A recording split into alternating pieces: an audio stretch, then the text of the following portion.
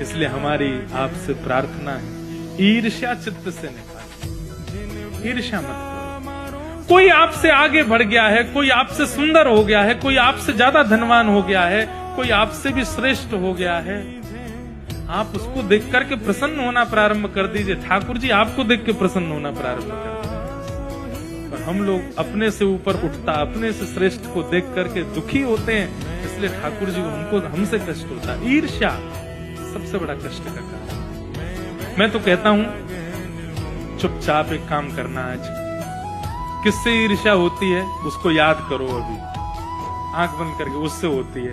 होती तो सबको है, देखो बुरा नहीं मानो।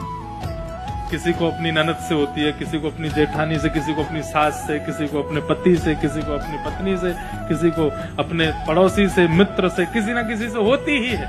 उसका चिंतन करो और कथा इसी भावना से सुनो, हे ठाकुर जी 7 दिन बाद मैं कथा सुन के इस व्यक्ति को देखूं तो मुझे ईर्ष्या नहीं होनी चाहिए, तो मैं मानूंगा कि आप मुझे प्राप्त करो। और 7 दिन बाद जब यहाँ कथा पूरी हो जाए, कथा को प्रणाम करते उसके घर जाना, फोन नंबर वगैरह हो तो उसको कहे थोड़ा बाहर आ, तो उसको देख करके अगर उसमें गुण दिख जाए, यार अभी तक इसमें बहुत दोष देखे, आज कोई गुण दिखा, बस समझ जाना अब ठाकुर जी मिलने वाले हैं, अब ठाकुर जी प्रसन्न रह गए हैं, निश्चित प्राप्त होंगे।